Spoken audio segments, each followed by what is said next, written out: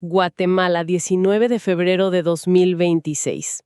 Hoy abordaremos la reciente distribución de poder en las comisiones del Congreso, la convocatoria para las más altas magistraturas del país, las entrañas financieras de las instituciones deportivas y una disculpa pública que revela las consecuencias de actos cometidos hace 2 décadas. Entremos de lleno en el debate. Es verdaderamente asombroso cómo el pulso de toda una nación se puede leer de forma tan clara a través de las decisiones y resoluciones de sus instituciones. Totalmente. No se trata de burocracia fría. O sea, cada documento oficial es como un latido que indica hacia dónde se dirige el país, qué prioridades tiene y cómo se organiza el poder. Para alguien que sigue de cerca la política y el funcionamiento del Estado, bueno, esta es la clase de fascinación que surge al entender el entramado de la sociedad. Y el objetivo de esta inmersión profunda es precisamente decodificar cómo funciona esa inmensa maquinaria estatal. Porque la información suele fluir tan rápido en el día a día que el panorama completo se difumina y queda reducido a titulares fugaces. Así es, titulares que a veces no dicen mucho. Exacto. Por eso hoy el propósito es diseccionar esos engranajes. Desde el nivel más alto del poder legislativo, pasando por las dinámicas del sistema de justicia, hasta llegar a las resoluciones locales y las asignaciones presupuestarias que, en la práctica, determinan la vida diaria de las comunidades. Bien, vamos a desempacar esto empezando por el tablero de ajedrez del poder político, el Congreso de la República. Pensemos en la distribución de las comisiones ordinarias de trabajo mediante el Acuerdo número 5/2026, como, digamos, la formación de un equipo deportivo estratégico ante una final. Una muy buena analogía. Ninguna estratega pone a todos sus delanteros en la línea de defensa, ni deja la portería vacía. Cada bloque legislativo asume roles sumamente específicos para la temporada legislativa, que en este caso abarca el crítico periodo 2026-2027. Si conectamos esto con el panorama general, la asignación de estas comisiones es mucho más que un simple trámite protocolario. Las comisiones no son clubes de lectura parlamentaria ni grupos de debate teóricos. ¿Para nada? Son el verdadero embudo por donde pasa absolutamente cualquier iniciativa de ley. Quien controla una comisión tiene la potestad legal y técnica de acelerar o modificar radicalmente o engavetar un proyecto antes de que éste siquiera tenga la oportunidad de ser discutido en el Pleno. Son las válvulas de control del país. Y al observar quién se queda con qué válvula, el mapa de poder se dibuja de forma casi transparente. Por ejemplo, el bloque Vamos toma las riendas de comisiones como Juventud, Pueblos Indígenas y Transparencia y Probidad. Especialmente esa última posición resulta una jugada de ajedrez muy particular. Definitivamente.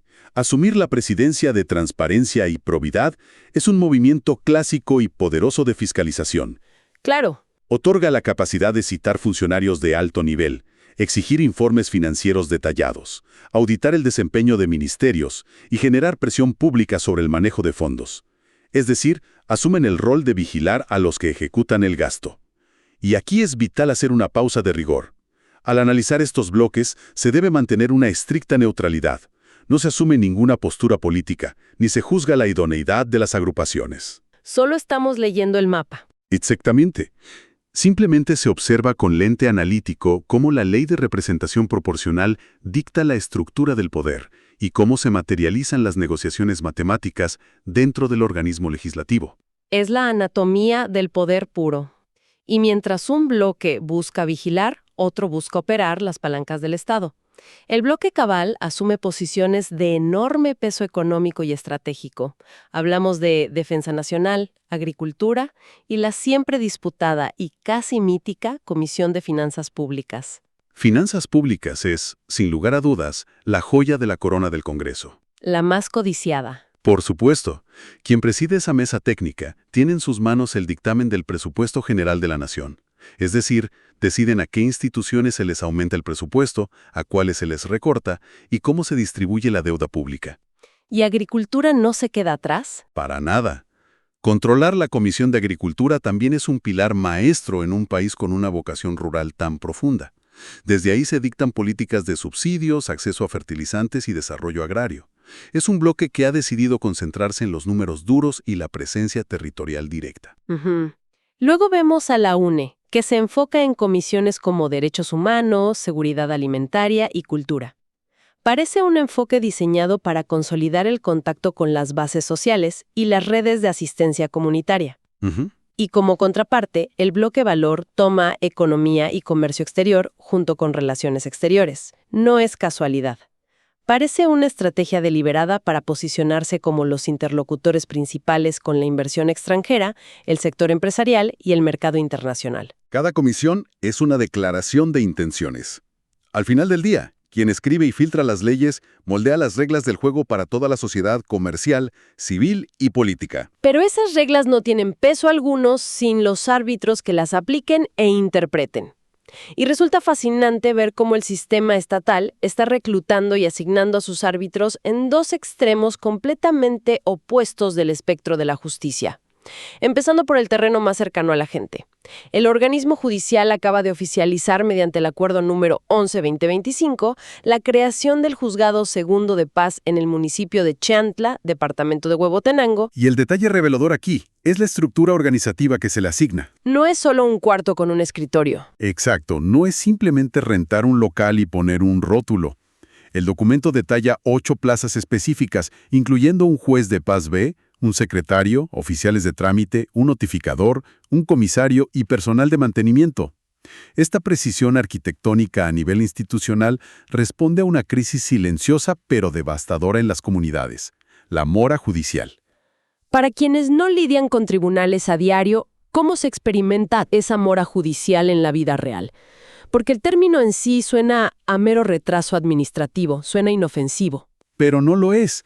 Imaginemos la mora judicial como un embotellamiento colosal en una carretera de un solo carril, pero donde los vehículos son conflictos humanos urgentes.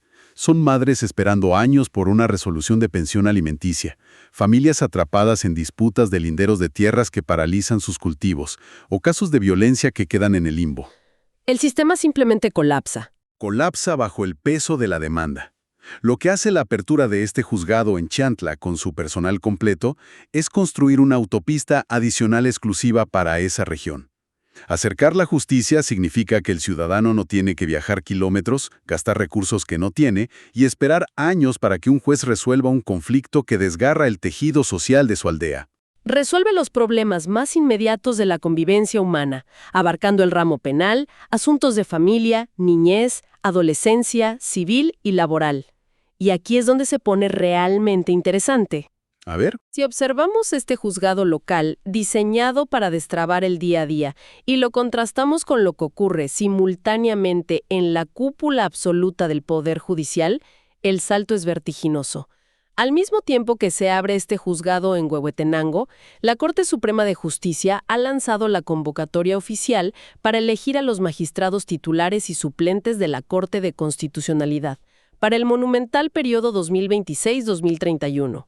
Pasar de un juzgado de paz comunitario a la Corte de Constitucionalidad es pasar de resolver dónde termina el cerco de un terreno a tener la última palabra sobre el destino de las leyes y el ejercicio del poder público en el país. Son los guardianes supremos de la Constitución. Así es.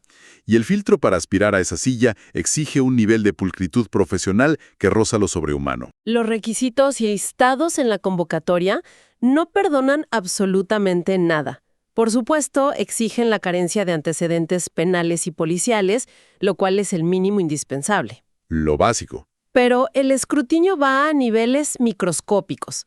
Exigen una certificación formal del Tribunal de Honor del Colegio de Abogados y Notarios confirmando que el candidato jamás ha sido objeto de sanciones. Detengámonos en eso un segundo. Significa que una sola disputa administrativa en una carrera profesional de 30 años, un solo tropiezo ético registrado o una queja validada en su juventud profesional inhabilita al jurista de forma fulminante. No hay margen de error. Ninguno. Y a eso se le suma la indispensable constancia transitoria de inexistencia de reclamaciones de la Contraloría General de Cuentas, el famoso finiquito. Si hay el más mínimo reparo, duda o investigación pendiente sobre el manejo de fondos públicos en cualquier cargo anterior que haya ocupado el candidato, la puerta se cierra con candado. Es un estándar de tolerancia cero, y la presión se intensifica con el reloj. La recepción de todos estos expedientes voluminosos e impecables tiene una ventana de tiempo minúscula. Del 23 al 27 de febrero de 2026. 4 días. Son apenas un par de días hábiles, exacto. Esa ventana no es un error de diseño, refleja de inflexibilidad extrema en la cúspide del sistema. Si un profesional de alto nivel no tiene su vida legal, financiera, fiscal y ética perfectamente ordenada, auditada y certificada para esa fecha exacta, el sistema lo descarta sin derecho a prórroga. Es un examen de pureza histórica. Esa exigencia de un historial profesional inmaculado nos lleva de manera muy natural a una historia profundamente humana, que emerge de las notificaciones legales de estos días. Detrás de la burocracia hay consecuencias que marcan vidas enteras. Sí, esta parte es muy reveladora.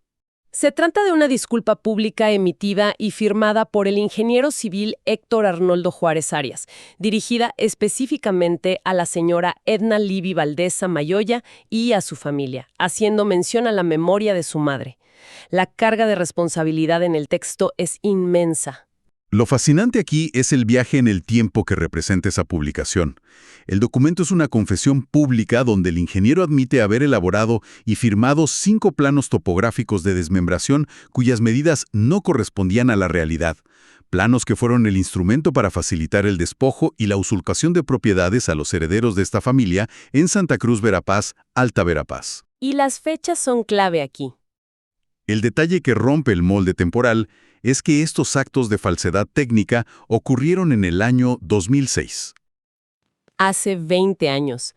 Alguien firma unos documentos técnicos en una oficina, altera unas medidas en un papel y 2 décadas después, las ondas expansivas de ese acto siguen golpeando en tribunales y en los diarios de mayor circulación. Este caso materializa de forma muy cruda el concepto legal de reparación digna. Emitida por el Juzgado Octavo de Primera Instancia Penal, la sentencia deja claro que la justicia no se limita a un castigo carcelario o una multa pagada en silencio. El despojo de tierras destruye el patrimonio familiar y la paz mental por generaciones. Totalmente. La reparación digna exige que quien causó el daño mediante el abuso de su profesión restaure la verdad públicamente, exponiendo su responsabilidad ante la sociedad para que quede un registro permanente. El propio ingeniero hace un llamado explícito a las autoridades y dependencias del Estado para que eviten que estos hechos sigan causando perjuicio material y moral a la familia afectada. Es una admisión de que un documento alterado se convierte en un virus dentro del sistema de propiedad del Estado. Demuestra la inmensa carga que conlleva el ejercicio profesional en roles que otorgan fe pública o generan responsabilidades técnicas. Las acciones no se evaporan. En los registros estatales, el pasado nunca prescribe moralmente.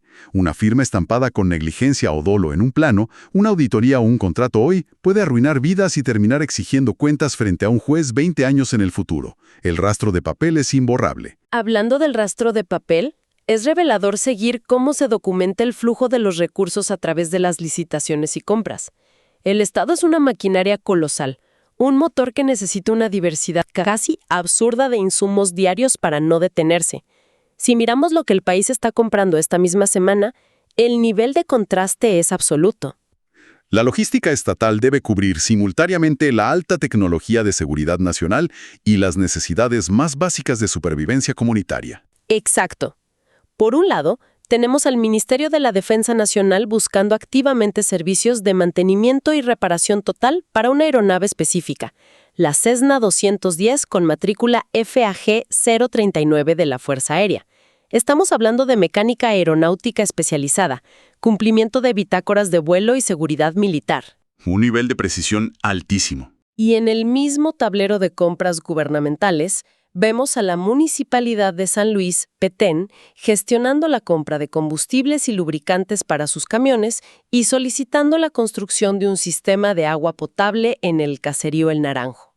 Desde turbinas y fuselajes hasta tuberías de agua vital para una aldea. Ese abanico de adquisiciones es la definición misma del desafío de la administración pública. Pero si realmente se quiere entender cómo se comportan los recursos y las prioridades institucionales, las finanzas del sector deportivo ofrecen una radiografía inmejorable. Los balances generales del 2025 de las federaciones y asociaciones deportivas exponen realidades tan dispares que parecen pertenecer a universos paralelos. Es un contraste que deja sin palabras. Al revisar los estados financieros de la Asociación Deportiva Nacional de Paracaidismo, la contabilidad muestra un músculo financiero formidable. Reportan un patrimonio y activos totales por más de 9.5 millones de quetzales. Y el dato más contundente es que cerraron su ejercicio fiscal con un superávit, una ganancia operativa neta de más de 1.5 millones de quetzales en un solo año. Un escenario de abundancia y reservas sólidas. Pero al cambiar de expediente y observar a la Federación Deportiva Nacional de Patinaje, la narrativa es de pura supervivencia. Registran activos totales por apenas un poco más de 1 millón de quetzales. Y lo más preocupante, en la última línea de su estado de resultados, reportan una pérdida, un déficit operativo de casi 94.000 quetzales para ese mismo periodo. 9,5 millones de capital y ganancias millonarias para quienes practican el salto en paracaídas, frente a 1 millón de capital y cuentas en números rojos para quienes compiten sobre patines. Y ambas son entidades deportivas que operan bajo el amparo y financiamiento del sistema estatal. Esto plantea una pregunta importante sobre la arquitectura del financiamiento público.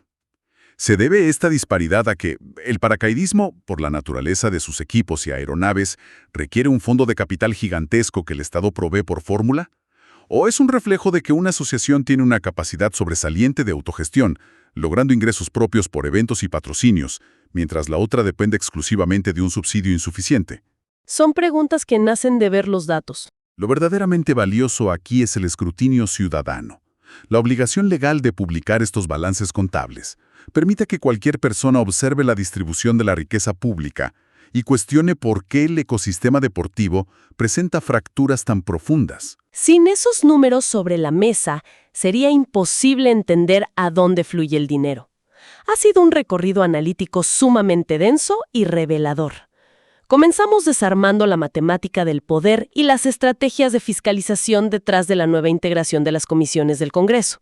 De ahí, exploramos el inmenso peso de acercar la justicia a la comunidad con el nuevo juzgado en Chantla, para inmediatamente contrastarlo con los requisitos draconianos y de pureza absoluta que el Estado exige a quienes aspiran a la Corte de Constitucionalidad. Hicimos una pausa para entender cómo una disculpa pública demuestra que la alteración de un documento técnico persigue a su autor hasta 20 años después.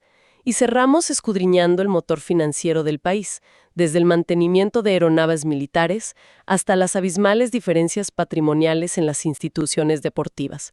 Entonces, ¿qué significa todo esto a gran escala? ¿Cuál sería el pensamiento final que enlaza toda esta maquinaria burocrática? Si analizamos las piezas de este rompecabezas en su conjunto, emerge una paradoja fascinante sobre cómo el Estado aplica su capacidad de escrutinio.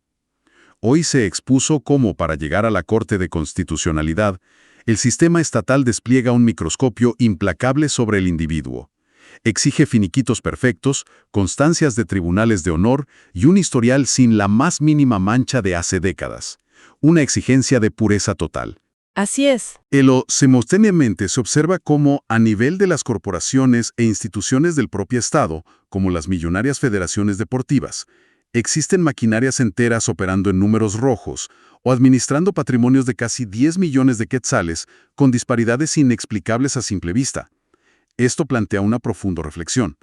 Si la maquinaria estatal tiene la sofisticación y el poder de exigir un historial absolutamente inmaculado y auditar el pasado remoto de un solo juez, ¿por qué pareciera que esa misma lupa de rigor implacable se difumina o se vuelve tolerante cuando se trata de la gestión diaria, los déficits y el gasto ordinario de sus propias instituciones multimillonarias? Una contradicción sistémica que ciertamente invita a mirar cada informe financiero y cada decisión estatal desde una perspectiva mucho más crítica.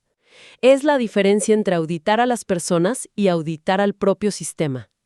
Esta inmersión profunda ha concluido por hoy. La exploración de estos laberintos públicos demuestra que las respuestas rara vez están en la superficie. Que la curiosidad acompañe siempre a quienes buscan ir más allá de los titulares y entender la verdadera mecánica del poder.